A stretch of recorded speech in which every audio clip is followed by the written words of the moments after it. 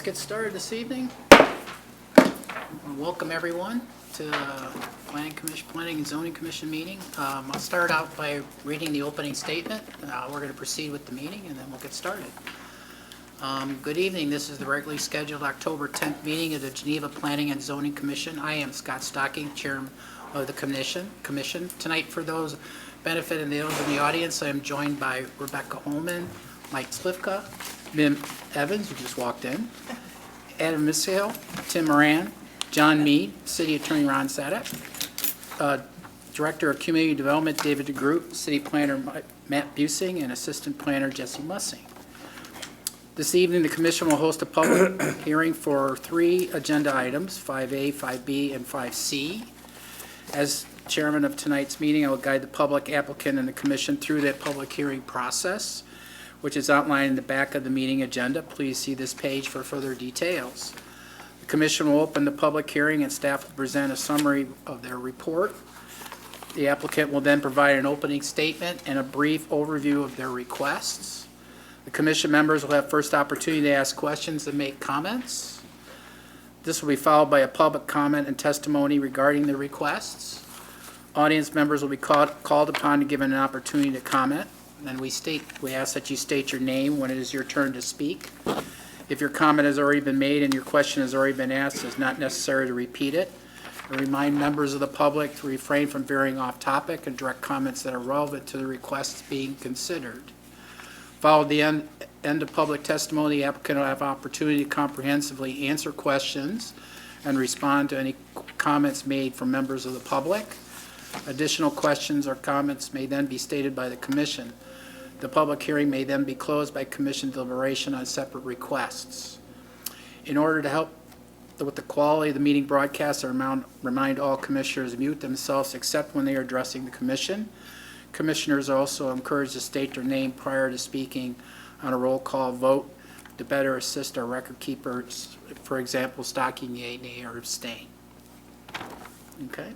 If you wish to present testimony at tonight's meeting, please stand and raise your right hand to be sworn in. That includes the applicants. Just everybody stand, please. Raise your right hand.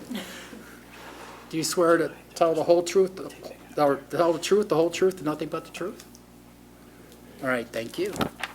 Okay. Any questions on how we're, just if we're at, we have to do it. Any questions on the procedures? Okay, Anna, please call the roll. Mead, Mead here. Evans, Evans here. Slivka, Slivka here. Holloman, Holloman here. Madaskil, Madaskil here. Moran, Moran here. Stocking. Stocking here. All right, so we have a quorum, and we will now deal with the approval agenda for this evening's meeting. Move to approve, Evans. Second, Slivka. Moved and seconded, all in favor?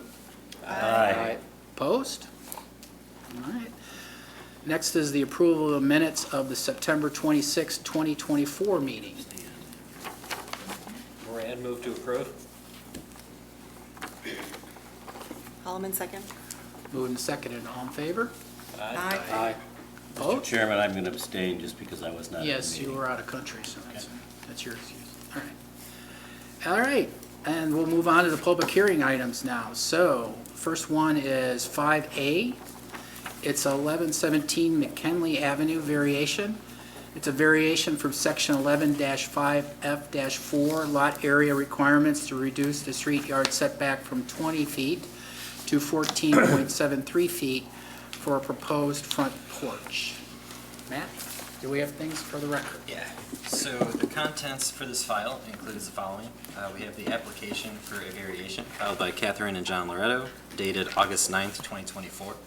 It includes the project narrative and a response to the variation standards, a plat of survey, a proposed site plan, architectural elevations, the list of property owners within 500 feet of the subject property, the affidavit attesting to the accuracy of said list of property owners within 500 feet, a copy of the letter to all property owners within 500 feet providing notice of the application being filed, a certificate of publication from the Daily Herald for the legal notice that was published on September 25th, 2024 for tonight's public hearing, a copy of the public hearing notice mailed to all property owners within 500 feet, and a staff report from the Community Development Department to the Planning and Zoning Commission dated October 10th, 2024. All right, thank you very much. Jesse, presentation.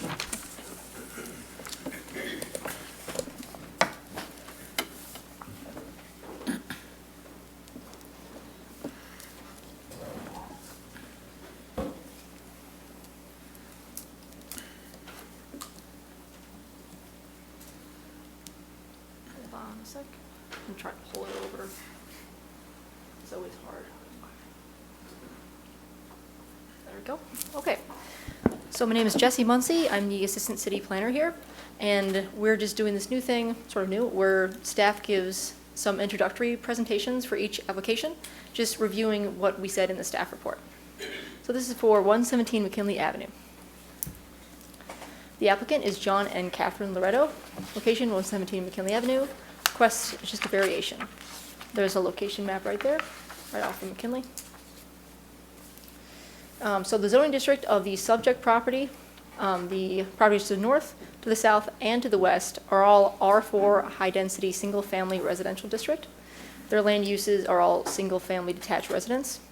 And then to the east, that's the different one over there, is DSFHR, that's the zoning district for that, single-family high-density residential district. It's also, the land use is single-family detached residence. The comprehensive plan for the subject property and the properties to the north, south, and west are all single-family residential. And to the east, it is downtown station area master plan, and within that, single-family residential as well. We also are now providing a summary of the narrative that was provided in the staff report. So the property is improved with a single-family detached dwelling and rear yard detached garage. It's in the R4 district, which requires a 20-foot street yard setback and a 6-foot side yard setback. The existing dwelling is set back about 22.53 feet from the front property line, which means it's all good there, and then 4.82 feet from the northern side yard property line, which is a nonconformity, existing nonconformity. And the applicants are proposing to replace their front covered stoop with an open porch that reduces the front yard setback from the required 20 feet to 14.73 feet. So that would mean the existing non-conforming side yard setback to the north would be continued, but it would not be made worse, and then there is a new non-conforming street yard setback. The variation standards here are 1 through 4, reasonable return, unique hardship or practical difficulty, character of the area, and minimum variation. Staff determined that this application met all of these standards. And on the next page, I'll just give you an analysis of number 3, character of the area. So based on staff's analysis here, just based on what we could see from the street, the sample area here, there are 2 open porches on this block, and there appear to be 3 enclosed porches as well, to show that this application would be within the character of the block. The enclosed porches were determined by speaking with the preservation planner. She advised me that an enclosed porch is identified as a room off the front facade of the house, which is covered more by windows and walls. So kind of just how it looks. They look like, if they were all turned into screens, it would be a porch. It's kind of what those look like. And then this is the site plan that we're going to leave up for reference when the applicant speaks. So that's the staff report. Thank you. All right, we'll hear from the applicant, please. Thank you. Chris Rosati, architect for John and Catherine Loretto. So as they mentioned, we are seeking for a variance to add an open front porch on this property. We believe it would be in keeping with the character of the neighborhood, and we are not looking to extend it very far into the front property line. Actually, the homes on either side have approximate setbacks of 14'7" and 16'9" to their respective porches, and we would be within that range at 14'9" inches. Really, the issues here are the home is originally platted and set forward on the property, so it really is pretty close to the front yard setback, really, which would not allow it to have a front porch without the variance being granted. And then there is no exception in the R4 zoning ordinance that would allow for a front porch to encroach into the front yard setback, which is why we are asking for the variance. So any questions based on what you've seen? Questions? Anything from the commission? No? All right, thank you. Appreciate it.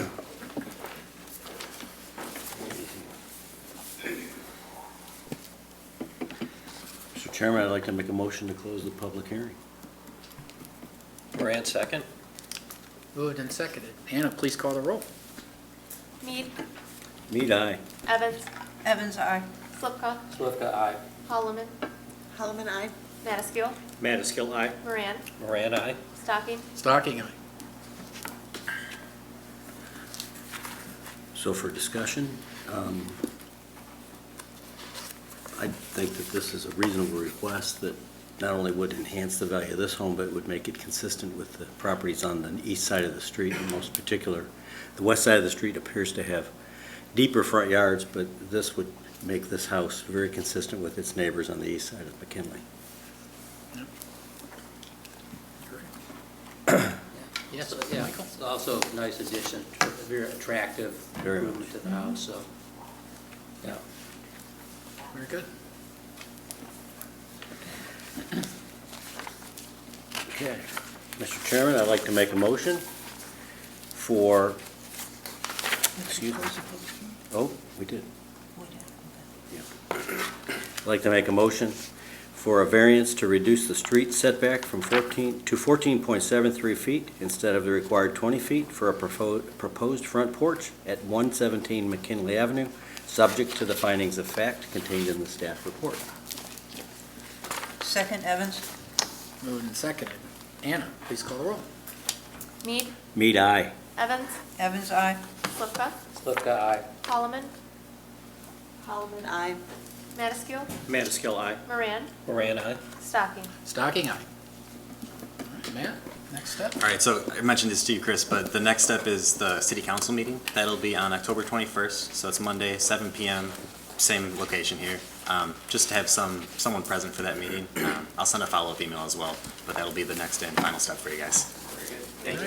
Thank you very Thank much. you. Appreciate it. Okay, next item on the agenda is 5B. It's Campbell Courtyard PUD. It's a request for preliminary and final plan unit development. The applicant is Dan McFadden, and the location is 200 South 3rd Street and 310 Campbell Street. Matt, the record. Alrighty, so the contents for this file include applications for preliminary and final planned unit development filed by Dan McFadden dated August 20th, 2024. It includes the project narrative, the list of requested deviations, a development schedule, the plat of planned unit development, the planned unit development site plan drawings, legal description, the proof of ownership, a stormwater permit form, list of property owners within 500 feet of the subject property, an affidavit attesting to the accuracy of said list of property owners within 500 feet, a copy of the letter to all property owners within 500 feet providing notice of the application being filed, a certificate of publication from the Daily Herald for the legal notice that was published on September 25th, 2024 for tonight's public hearing, a copy of the public hearing notice mailed to all property owners within 500 feet, and a staff report from the Community Development Department to the Planning and Zoning Commission dated October 10th, 2024. And I will give the Presentation for this one. All right.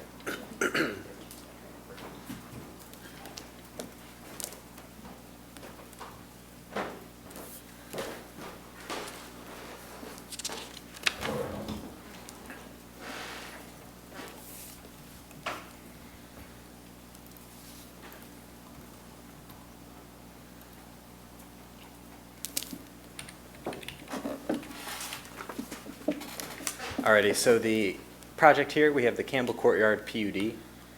The applicant and owner is Mr. Dan McFadden.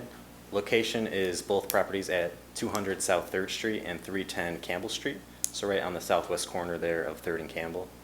And the requests are for a preliminary and final planned unit development. The existing zoning for the property is the DRSCM, so it's residentially scaled commercial mixed use. To the east, south, and west, we have the same district, and then to the north is the DCM district. For the comprehensive plan, the subject property is residentially scaled commercial. We see the same to the east, south, and west again, and then to the north is the courthouse, so that is a public and institutional use. So a brief summary here, the property at the southwest corner there of 3rd and Campbell, that's in the city's historic district. Currently, it is one building. It's kind of a pair of buildings that are connected via a modern connector. A little history on the site: the McFadden family previously operated a couple businesses out of the site, and we'll let Mr. McFadden speak to that a little more. But essentially, the modern connector was improved to help facilitate movement between the buildings and the businesses. After the recession, kind of in 2008, the building was leased out to multiple tenants. And there was no longer a need for that kind of facilitation of movement between the spaces, as they were separate tenants. So that kind of brings us to where we are now. The owner, Mr. McFadden, is proposing to remove the connector and have it separated into two individual buildings. The zoning ordinance does not allow for two principal buildings on one zoning lot. So therefore, the request here is to allow for that, and then also bring the site into conformity in regards to several other items, which I'll go over in a little bit here. In terms of the staff analysis for the request, there's several standards that we look at when we're looking at planned unit developments. We found that all of the standards were met for this request. There's really not much change to the use or the just kind of the general character of the site. As I mentioned, there are several variations that are being included with the PUD. The principal one is to allow two buildings on the zoning lot. Again, that will be taking place if the connector is removed. And then there's kind of a list here of just other variations to bring the site into conformity. There's an existing deck in the street yard. We're looking for a setback reduction on that. A variation to reduce the side yard setback for the existing parking area and then the existing building. There's a variation request to reduce the number of parking spaces for residential dwelling units, and that's just to bring that to one parking space per dwelling unit. And then finally, there's a restatement of ordinance 2012-33, which granted the approval of two freestanding signs on a single zoning lot and one downtown directional sign, which is not to have more than 20 square feet in size. And then there's also the restatement of ordinance 2013-45, which kind of amended the previous approval and granted approval for 3 freestanding signs on a zoning lot. And then we have the proposed site plan here. Again, the connector is found between the buildings. That would be removed, kind of leaving the existing buildings as separate structures on the site. And then that's all I have. If there's any questions for staff, please let me know. Otherwise, we'll let the applicant come on up and discuss the project.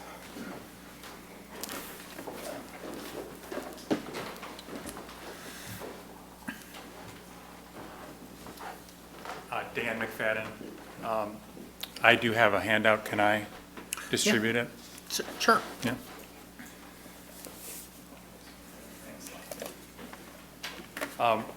What I'm handing out is a landscape architect's color rendering of the space. Really look at it as an overlay to what you see on the screen. I think it's a little bit more impactful visual. Beyond what Matt had said is I'm removing mass. I'm not adding. The two structures that are on the one lot have been there a long time. About 20 years ago, we made a connection that made sense for our business. Over time, as we've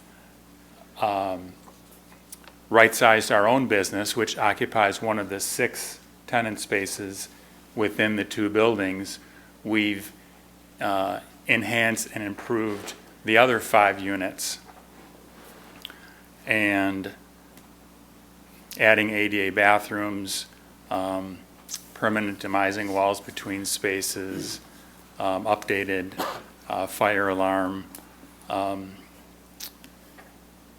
This summer I'm adding an apartment in one of the units, which required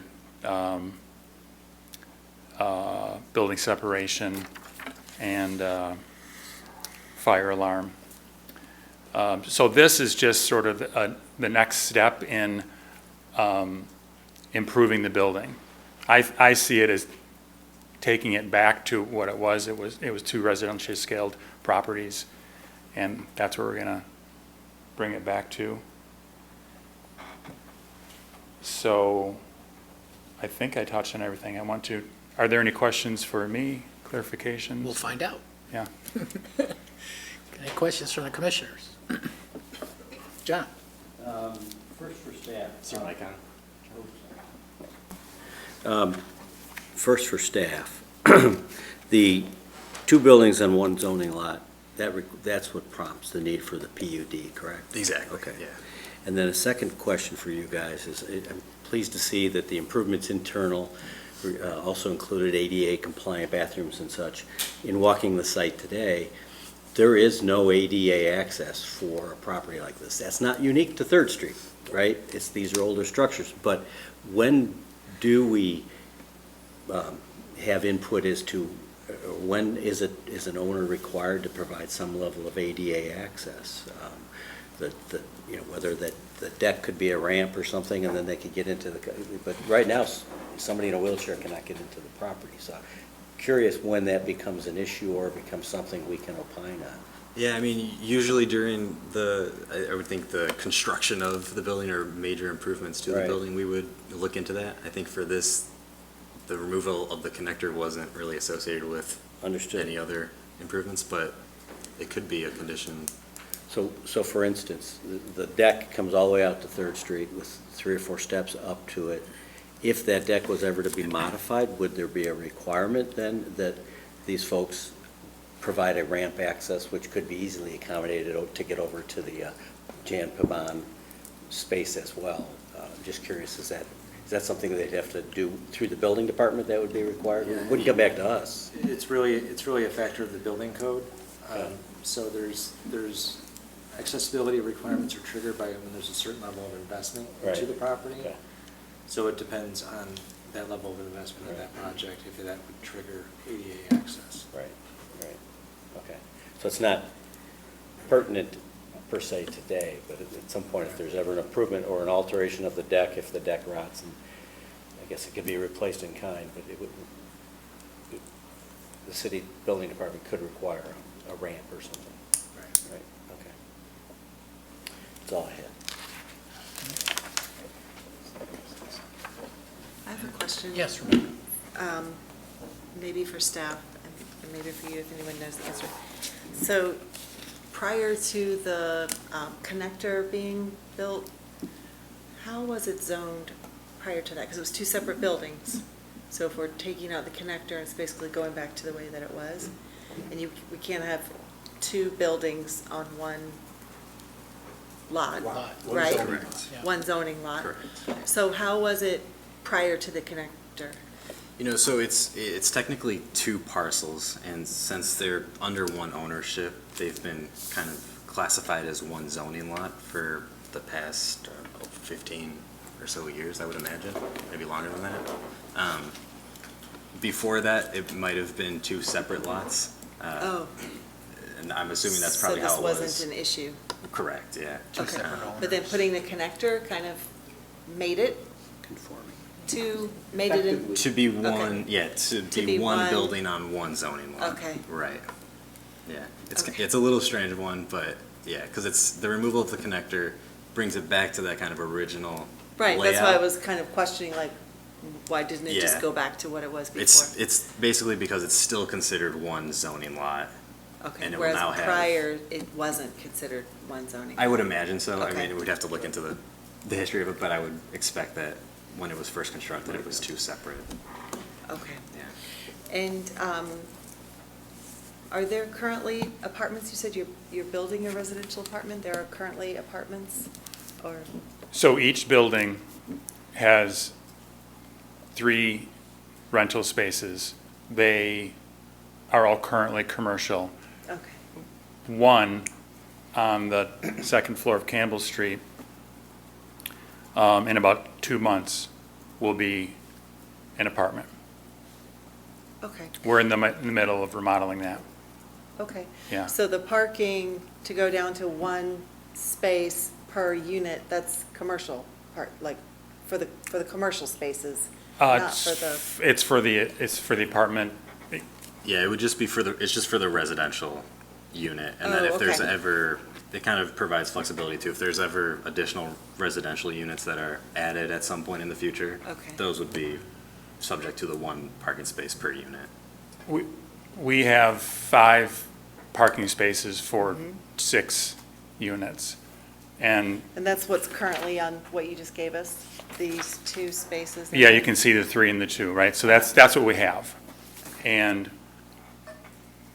we wanted a variance because the apartment that I'm constructing requires 2. This is a 700 square foot, single person living there, so I went to staff and I said, hey, Right. you know, it's really 1 car. So that's why that's a variance. And to your first question, my family purchased the buildings independently. So they were 2 lots at one point. When we did the connector, I don't recall if there was a formal thing that made them into 1 lot. I'm not sure, but I was surprised too when I asked staff, hey, I'm gonna remove the connector. I thought it would be, yay, you know. Right. Right. Get a building permit. And you're like, We don't oh, like it anyway. You know. okay, thank you. Anything else from the commissioners? Yes? Not a question, but a comment. I just want to let you know, Sure. before my wife and I moved to Geneva, my mother-in-law dragged me on a house walk, and I toured the piano house, and that kitchen in that home, which I believe was a past basket kitchen, is that correct? It really was impressive. That really blew me away, so I just thought I'd let you know. Oh, thank you. It still sticks to me to this Still day. remember it, yeah. It was You really, remember really that. impressive, appreciate guys. that. If you've My ever seen a apartment- past basket kitchen, you'll know what I'm talking about. It's very, very impressive. My apartment's gonna have a cool kitchen in it too. Okay. Any other comments, questions? Okay, thank you, sir. Am I good? Yes, you're good Okay. for now. Anybody here to wish to speak on this matter? Anybody? Nope. Okay. Mr. Chairman, I'd like to make a motion to close the public hearing. Madaskil, second. Moved and seconded. Anna, please call the roll. Can I ask a question? Here, item 5C. Oh, we're not. No, we're not on that item. Almost there. That's Oh, the next. okay, I'm sorry. That's the I'm next good. one. Excuse me. So you're good. We'll make sure we call on you. Thank you. Okay, Anna, please call the roll on it. Mead, Mead, aye. Evans, Evans, aye. Slivka, Slivka, aye. Holloman, Holloman, aye. Madaskil, Madaskil, aye. Moran, Moran, aye. Stocking. Stocking eye. Any discussion? Seeing none, okay, go ahead, ma'am. I think this is an improvement, restores it to be more in character with the original structures and with the district. Yeah, I would agree. Agreed, I would agree. Totally, yep. It's an improvement. Agreed. Meets all the requirements, so, yep. Okay, Mr. Chairman, I'd like to make a motion for a preliminary and final planned unit development approval for the properties located at 200 South 3rd Street and 310 Campbell Street, with the following tailored deviations. Number 1, variation from section 11-3-2C to allow for 2 principal buildings on 1 zoning lot. Number 2, variation from section 11-3-3D to allow for a deck existing in a street yard. Number 3, variation from section 11-4A-10 to reduce the required street yard setback from 10 feet to 1 foot for the existing deck.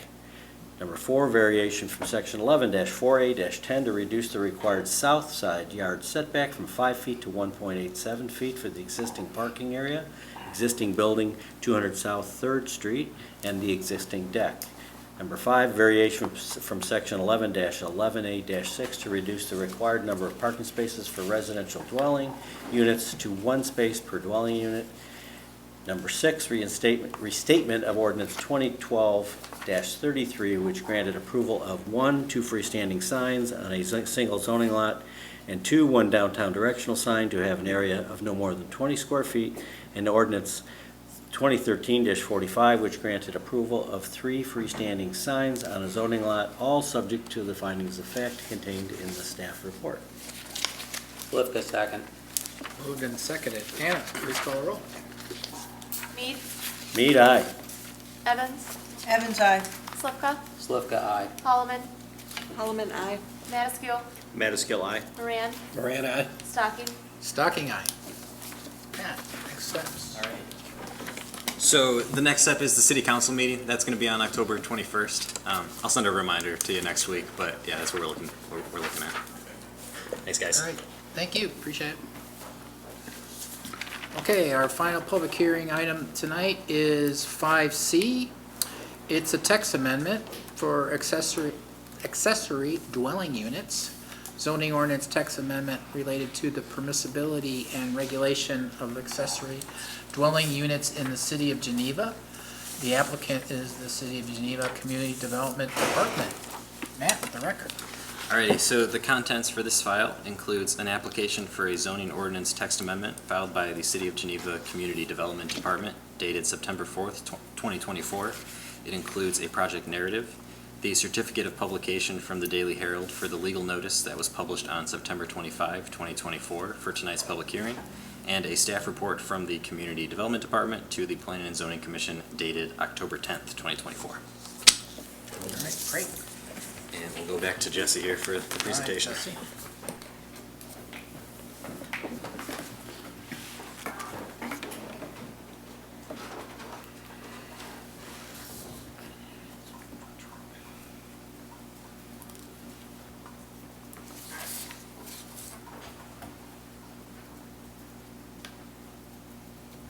Okay, so I don't know how many of you watched the HPC meeting.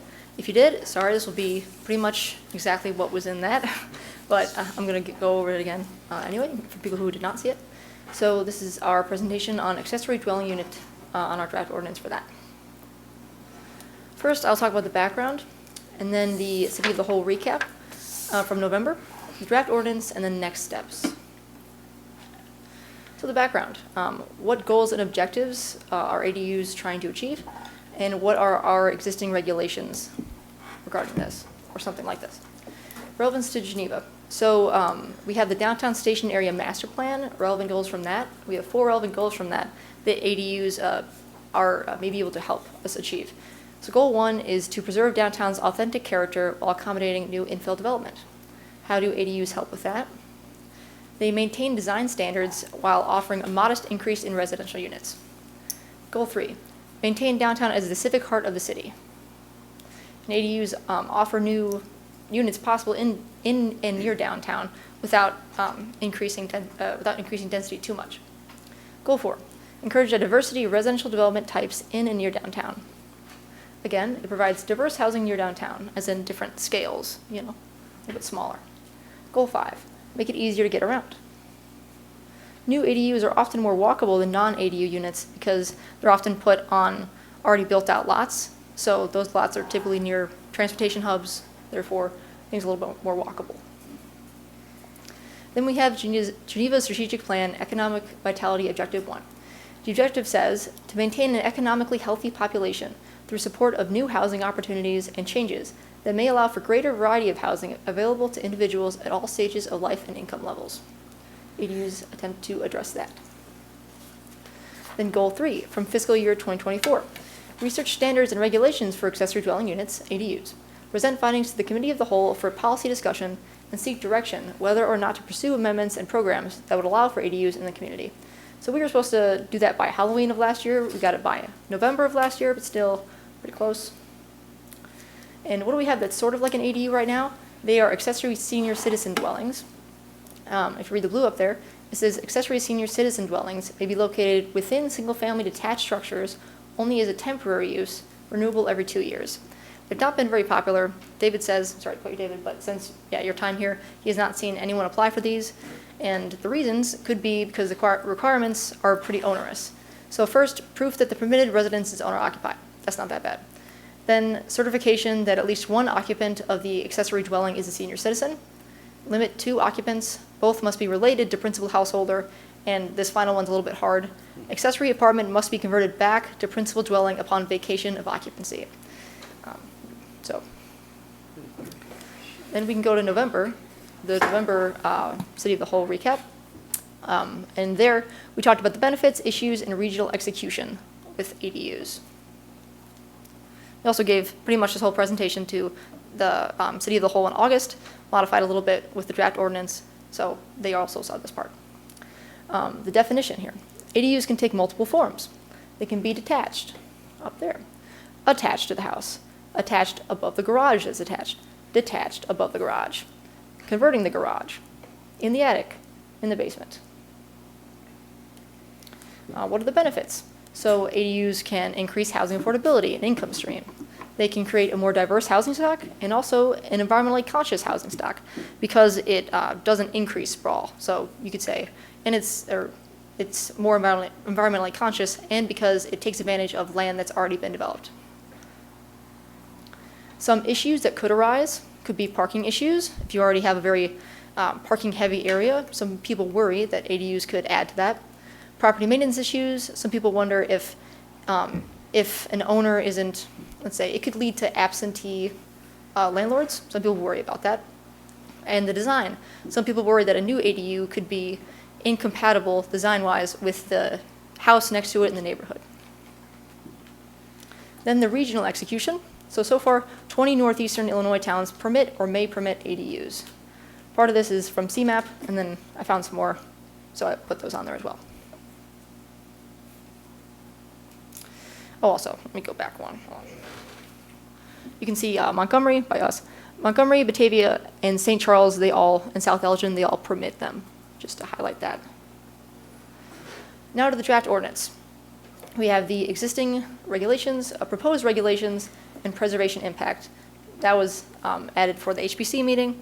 And also, I'll highlight in the draft ordinance the parts that the City of the Whole thought that we should add or modify. So first, we would delete the accessory senior citizen dwelling ordinance entirely, or provision entirely. That's the same thing, delete that. And we would add accessory dwelling unit as a definition.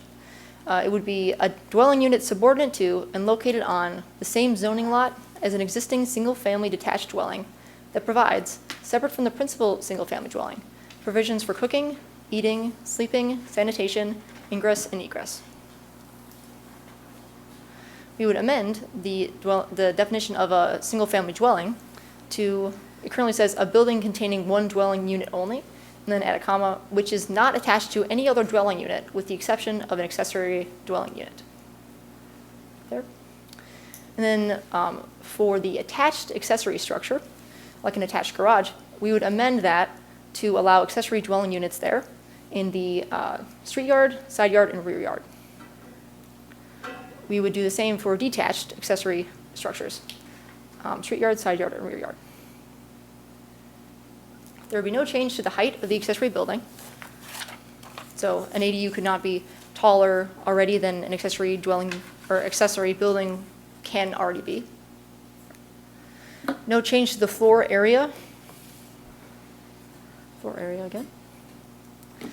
We would amend the table of permitted and special uses to allow them in the following districts: in the DSFMR district, DSFHR district, DMHR district, and DRSCM district, including others. We'll talk about it in a second.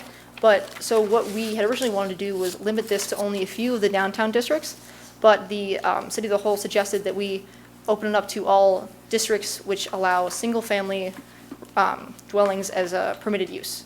So these are all of the districts in the downtown area that allow single-family dwellings as a permitted use. So that's why we permit them here. And then these are all the other ones that allow them as a permitted use.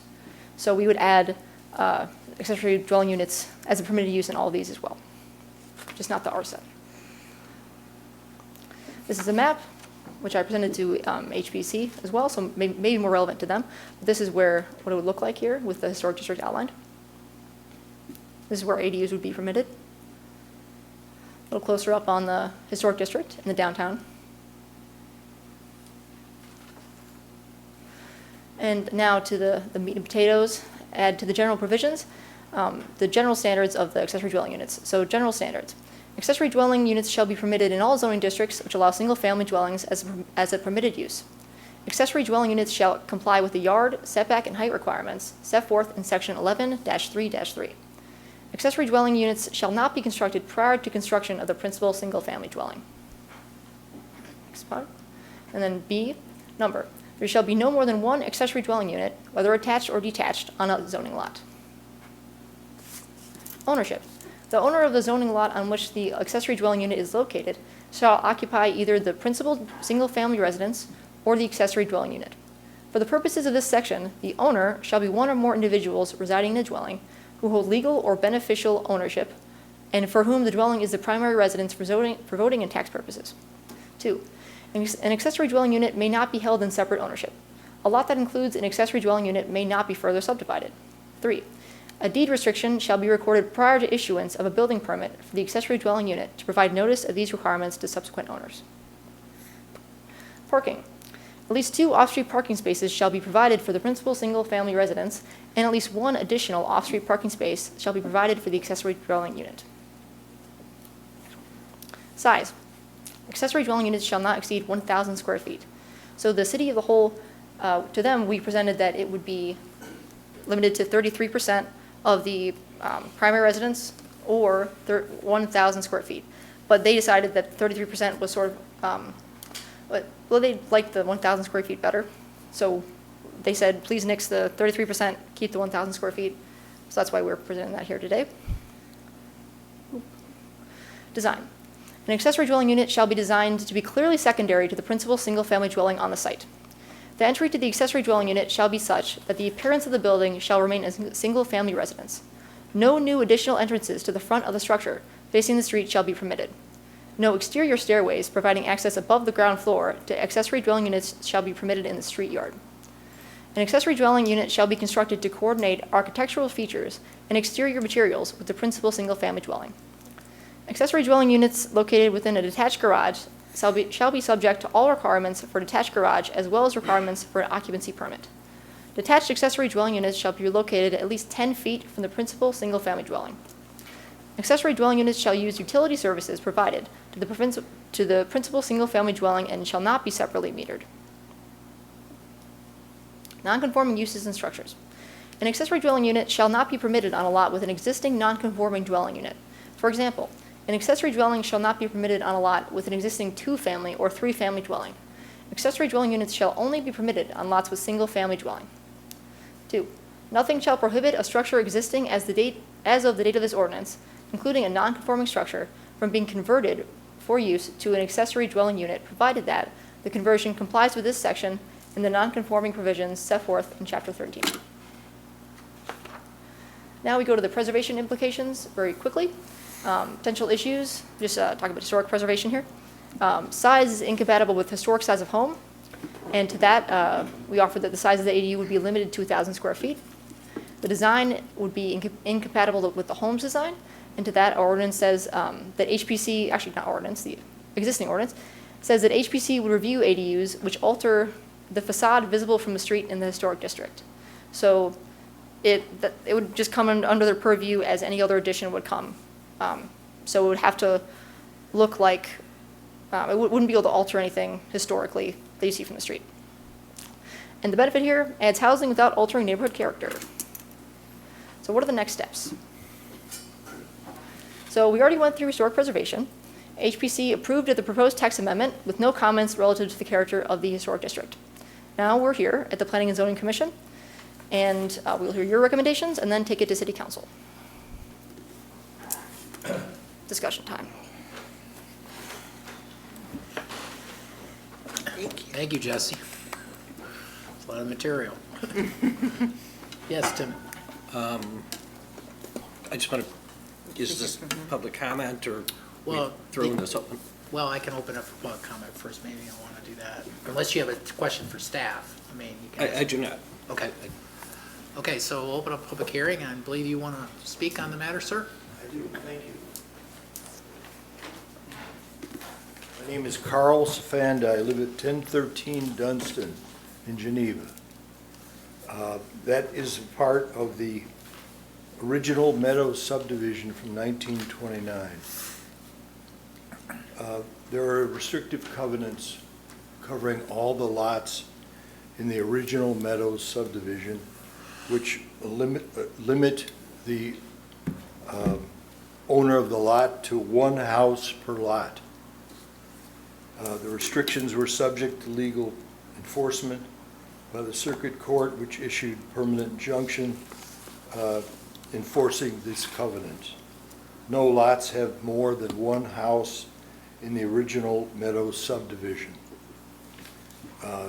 I believe that what is being proposed is something which attempts to displace or supplant private covenants such as that in the Meadows subdivision. And any attempt to displace or supersede restrictive covenants through the application of an ordinance is unconstitutional as an impairment of the obligation of contract. I also believe, just as a citizen of Geneva, that what you're really proposing, or what is being proposed, would, in a community, a wealthy community like Geneva, would just accelerate gentrification. Developers would go to cheaper lots and build an adjacent ADU. In addition, the ordinance doesn't really prohibit people from building an ADU to have it as a Airbnb or any other part of their house as an Airbnb. So, I mean, with regard to what you've been presented as the goals, the ordinance as drafted does not in any way, I believe, attain those goals.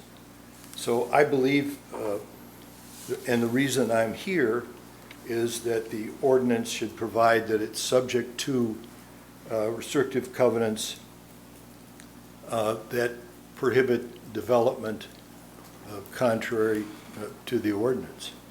So with that,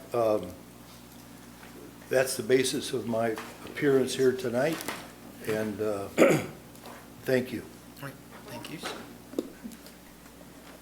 I'll just provide a brief comment, and Sure, Matt, might as Ron or well. David, We're you going to can ask you anyway. so- correct me if I'm wrong, but the ordinance wouldn't supersede private covenants on properties. I wouldn't think so. Those are a private matter that would, But if there are covenants that are more restrictive than the zoning ordinance, the city does not enforce those covenants, but the ordinance would not supersede them. Can you say that in an example? An example would be like, we have subdivisions throughout the community that have private covenants and restrictions. For example, Eagle Brook does not allow fences on certain lots. The zoning ordinance does allow for fences. We could issue a permit for those fences, but there are private covenants and restrictions that homeowners are obligated to abide by. We don't enforce them. That's the responsibility of the neighbors and the homeowners association to make sure their covenants are being enforced. So in a situation like this gentleman's talking about, the neighborhood ordinance for the Meadows subdivision would stand?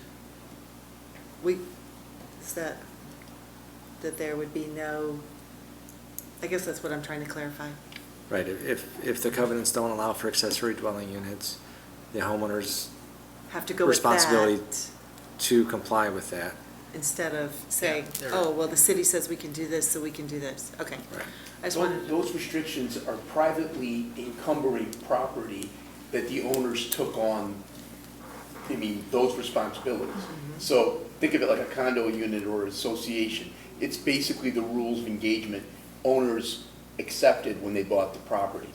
Now, excuse me, there are, in many years past, restrictions that were deemed against public policy, but something like Mr. Safand is talking about certainly would be upheld as reasonable and basically a contract the homeowners entered into when they bought the property.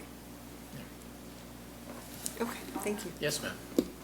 Do we have any, I think that that kind of restriction is widespread throughout Geneva. Do we have any idea of how I mean, what areas would really be allowed to pursue this? We haven't looked into all the covenants. My guess is a lot, that most of the major subdivisions would not allow this. Just say like one dwelling unit, probably, Right, something, that- language yeah, that that type. this- Yeah. This will end up not affecting a good bit of the city, I'm guessing.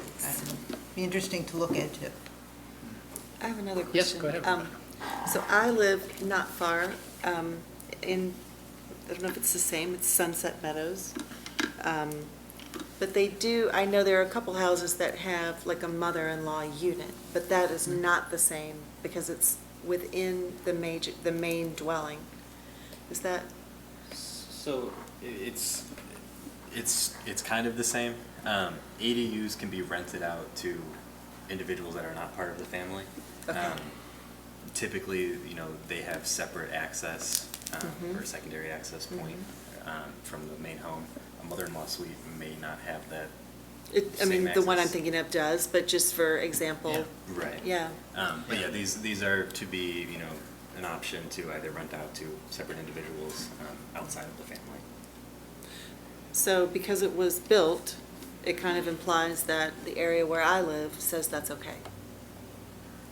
Right? I mean, Yeah. just making like, okay. No one took anyone to court, right? I guess not. I don't know. Okay, thank you. Okay, any other questions? I have some clarifying. Yes, I mean, please. I love the idea of having some housing diversity and some other paths to get folks places to live within the city. But I just have some questions, just more to understand what you've written, because this is the time to do that, for me to understand. So on your, I mean, there's a lot of text, so. yeah, yes, there will on be your questions, detached yes. accessory structures type of construction, the addition of accessory dwelling unit says, and the zoning lot is less than 60 feet wide. I'm just curious why? Why Yeah. 60? Why 50? Why not 50? Why Yeah, not, why that have a just seems- restriction at all? Yeah. So this is actually kind of a caveat that's already in the ordinance for, I think primarily for corner lots. Okay. And it's to help maintain that there is, you're not building an ADU right up on the street, essentially. To But maintain that, that but setback. if it was. Like on a side yard? on two So the front zoning lot yards, is less than, and the zoning lot is less than 60 feet wide. So if it's 80 feet wide, It seems It's, backwards to it me. seemed- yeah, it It seemed- it seems like it's written wrong. it should be the zoning lot is not less than 60 feet. Yeah. No, I think that, we're in the detached accessory structures Correct, portion? correct. Correct. So there is an exception. We have the same thing for garages. In a corner yard, Yeah. a corner street yard, the garage can be within 10 feet Oh, of the this- property line. This if is the reference lot, to a corner, yeah. if the lot Okay. is I didn't- narrow, I didn't less pick than up on 60 that, feet. Okay. Um, I was also confused. So the same, Corner, we're yeah. applying that same logic to an accessory dwelling unit. If the lot is less than 60 feet, there's not a lot of room to put it fully within the rear yard and meet that 20-foot street yard setback that is typically required. So only on a corner lot that is less than 60 feet can it be within 10 feet of Okay, okay. the lot line.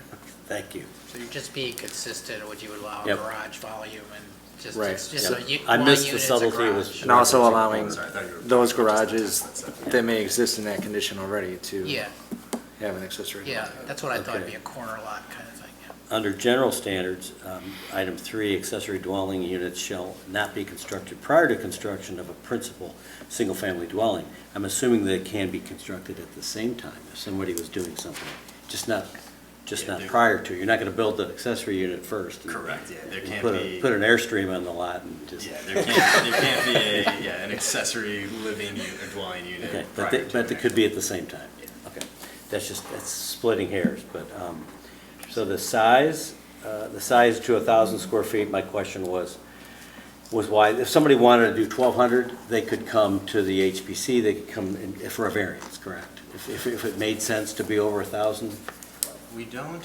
is there the ability to build 1,100 square feet if it made sense? Some lots, some sizes, some garages, it might be hard to. we didn't include a change to allow a variation for But I think the size. I think the allowable variations already allow you to increase the allowable floor area.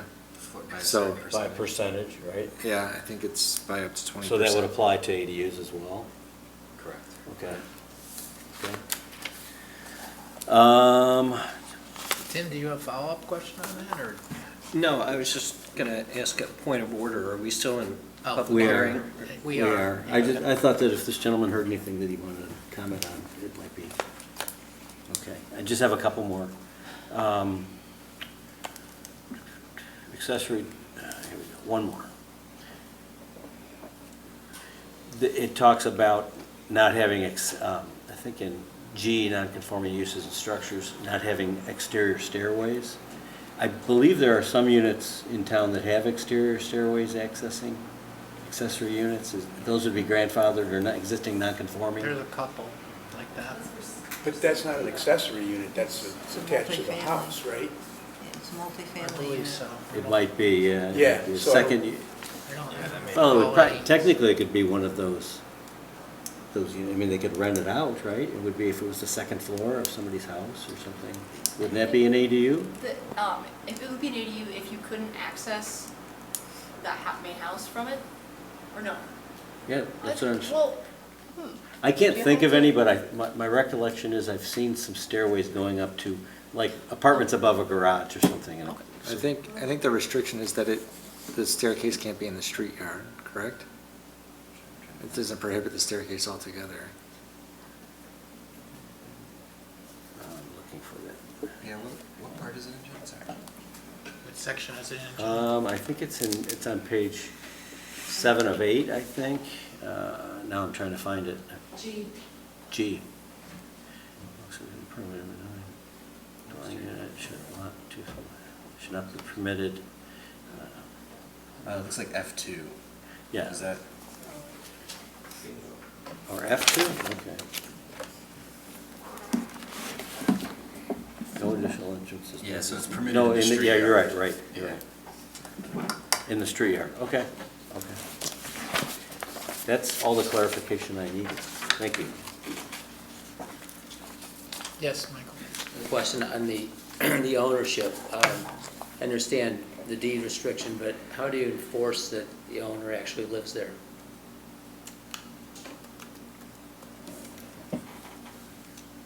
Lives in, just on the lot. I mean, it'd probably be something that we'd have to, I don't know if we would enforce it at the time of, we're not. Ask for proof at the time of permit for occupancy for the accessory dwelling unit. But I think the question's a good one, and we should probably think that through regarding, some passage of time after approval. Right, if they've moved out. Circumstances change, so that's a really thoughtful question, and I think it's a difficult enforcement, and it may be kind of one of those aspirational, but I don't know that we want to send code out to people knocking on doors to Making kind sure of they- check, so I think we need to think that through. Well, I mean, one possibility is that they take in their homeowner's exemption at that address. If they're not for a number of years, that throws up Good a to have a red real flag. estate tax attorney in our midst. That makes a lot of sense. Right. That would be one check, yeah.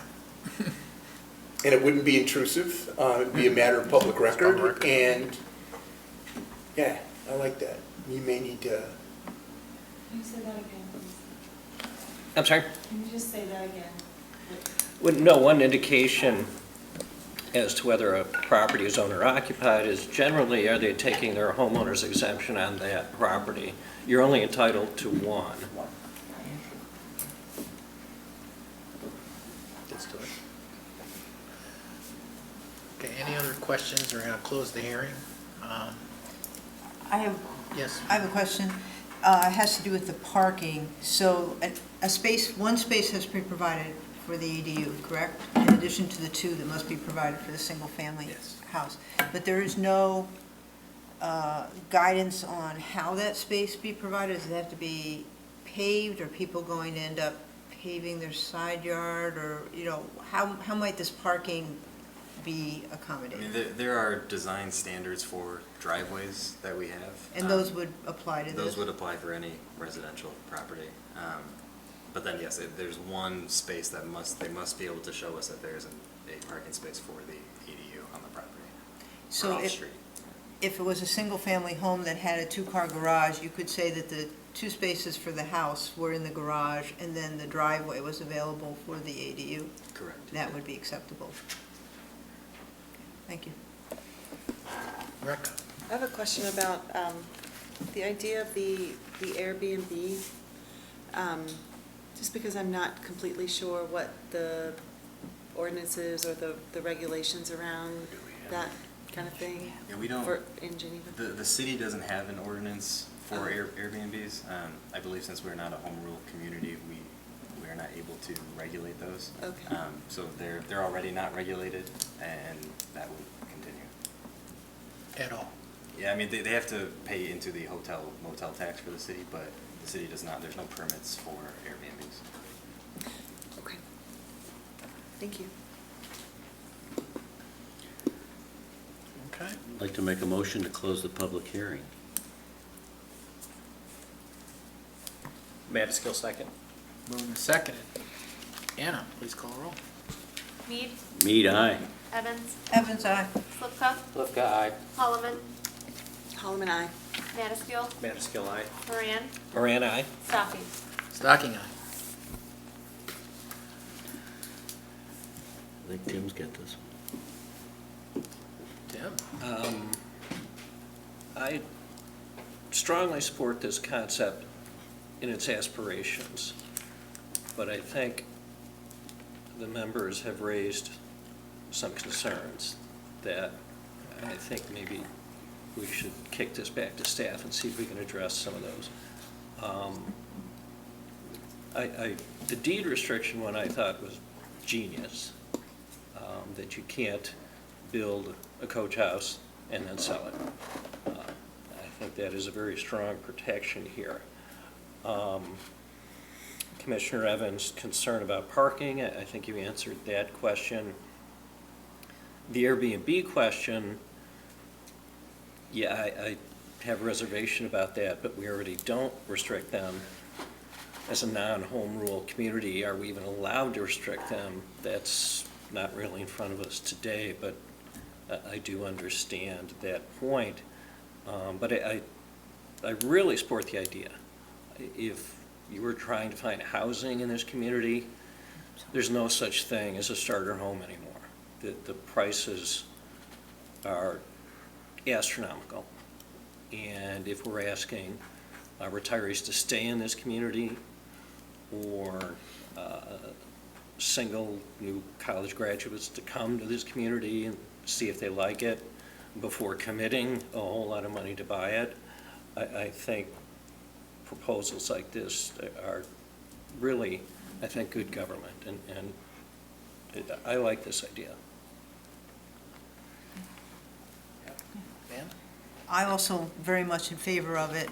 We've talked for a long time about wanting to increase the diversity in the housing options in the community. This seems to me to be, and it's going to take a lot of different tools in order to do that, not just one thing, like saying, oh, we're going to build this one subdivision that's not going to cost so much. This seems to me like it's not going to generate a lot of units, but I think that it makes a difference. It is a positive step, and I think we should pursue everything that is available to us, so I would support this.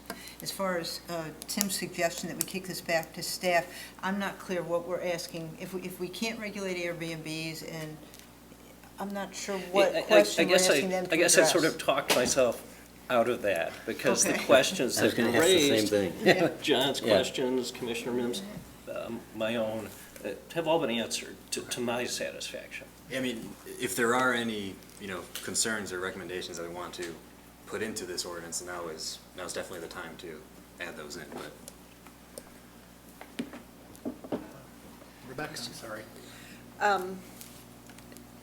These are not, they're sort of apartments, but are they subject to the same types of safety things? Like, somebody brought up the idea of the stairs coming down from the back of the home or whatever. That's like a standard with an apartment where you have to have an entrance and an exit and a fire. So does it sort of all fall into the same category of safety and like, Yeah, so there's no exemptions from our building and fire codes. They would have to comply with all the adopted life safety codes that we have. so if there was, like in one of the pictures, just an apartment up top, you would have an exit that goes off the back of the dwelling, or no? It wouldn't be required?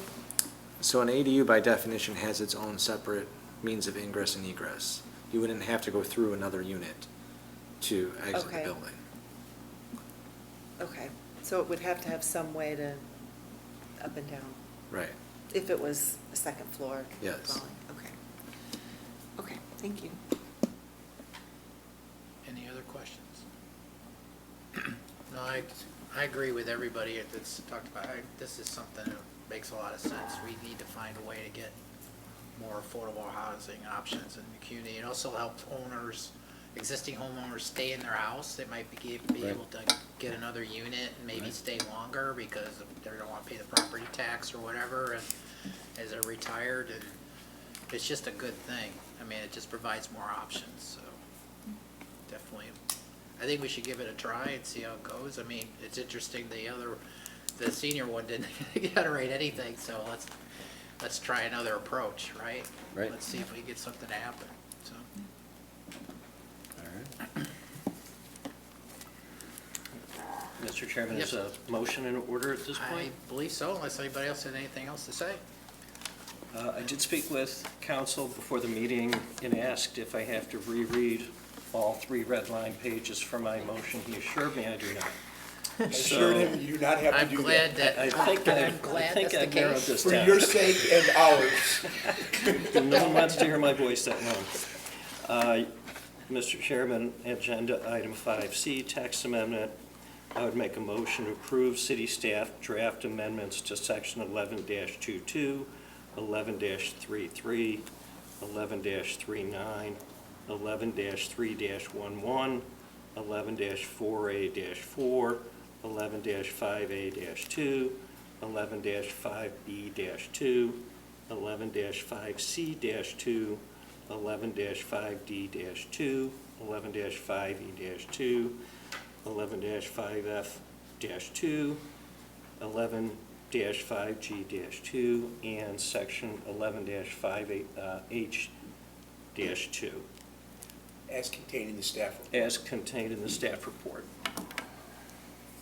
Second, Evans? Moved and seconded. Anna, roll please. Mead, Mead, aye. Evans, Evans, aye. Slivka, Slivka, aye. Holloman, Holloman, aye. Madaskil, Madaskil, aye. Moran, Moran, aye. Stocking. Stocking eye. Okay.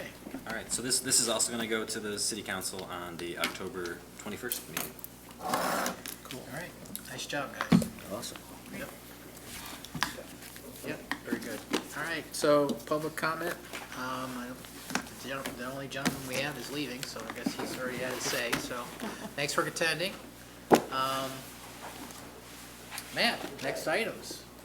Yeah, so I've got a couple updates here. As I just mentioned, the 3 items from tonight will all go to the October 21st city council meeting. We do also have the Geneva Crossings Townhomes project that came before us at the Good. last meeting. That will go to the October 21st city council as well. So just stay tuned on that. We also have an update on if you remember, the 302 River PUD project, which was the proposed apartment building and townhomes off of River and Ford. At the old bottling plant, or? Correct, yeah. That project, they've kind of been in the works of, Okay. continuing to work on it and Good, get everything in good. order. We have it scheduled right now for the November 4th city council Okay. date. So stay tuned on that one as well. City council, you said not here.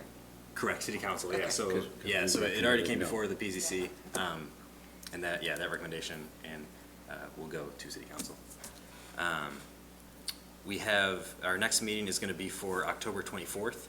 We have one item on the agenda for that one. It is a residential variation for a patio and other associated improvements in the side yard to reduce the setback requirement there. It's a corner lot. No ADU? No ADU on that one. Not yet. And then just last thing, so if you remember at our last meeting, we had a proposed text amendment for food manufacturing.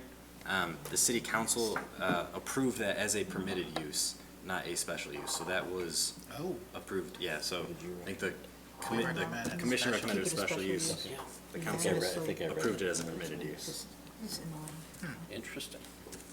Okay. And that is all the items I have. Awesome. All right. Thanks.